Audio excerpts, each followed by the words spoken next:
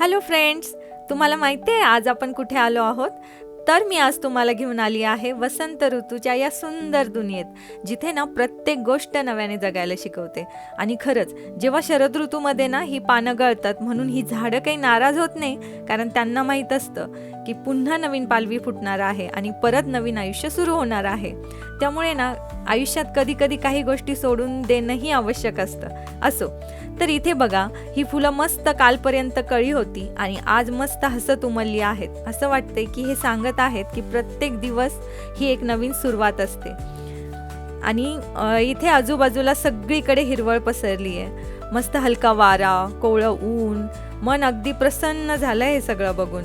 आणि मला ना असं वाटतं की कधी कधी आपल्या आयुष्यातही एक वसंत ऋतू येतो, ज्यावेळी ना जुन्या गोष्टी मागे पडतात आणि नवीन आशा, नवीन स्वप्न उमलायला लागतात.